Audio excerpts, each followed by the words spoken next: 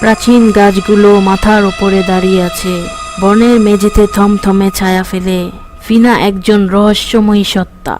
স্যামের দিকে এমনভাবে তাকায়, দেখে মনে হয় বহু বছর রহস্য আর গোপনীয়তা ধারণ করে।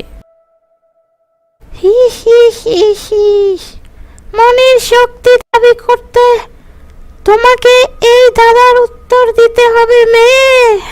দিনের বেলায় তারা অদৃশ্য, কিন্তু রাতে তাদের দূর থেকে দেখা যায়। তারা ছায়ায় নাচে এবং তারার মতো মিটমিট করে। এটা কি? জোনাকি পোকা। একটি মৃদু সুরেলা হাসি বাতাসে ভরে যায়, কারণ ফিনা অনুমোদনে মাথা নাড়ছে। হি হি, ভালো বলেছ স্যাম। তোমার জ্ঞান ও বুদ্ধি খুবই উজ্জ্বলভাবে জ্বলছে। ঠিক যেমন তুমি ঠিকভাবে বলেছ, জোনাকি পোকার মতো।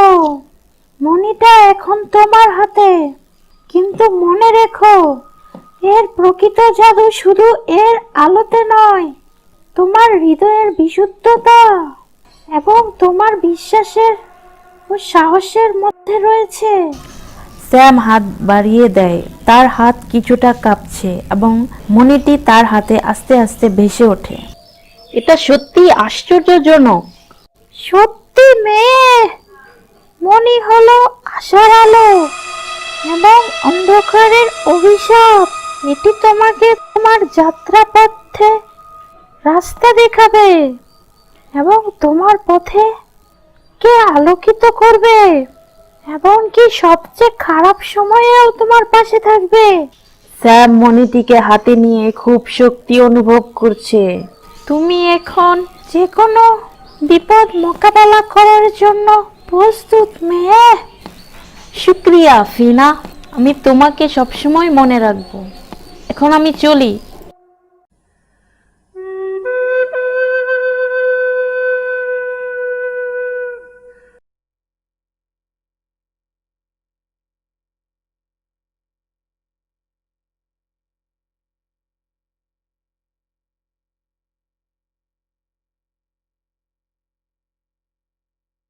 মনের শক্তি শুধুই আমার। আমি হব এই পৃথিবীর একমাত্র বাদশা। আর এইসব মরণশীল মানুষের জন্য মনের শক্তি নয়।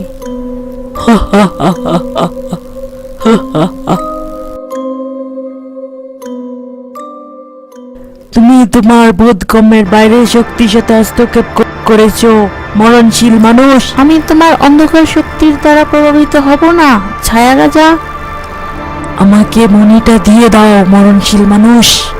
মনির শক্তি দিয়ে আমি হব এই দুনিয়ার বাদশা।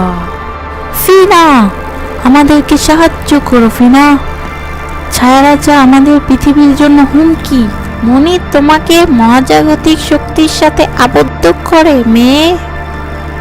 তোমার ভাগ্য শ্যাডো কিং এর সাথে জড়িত, কিন্তু ফলাফল পূর্ণনির্ধারিত নয়।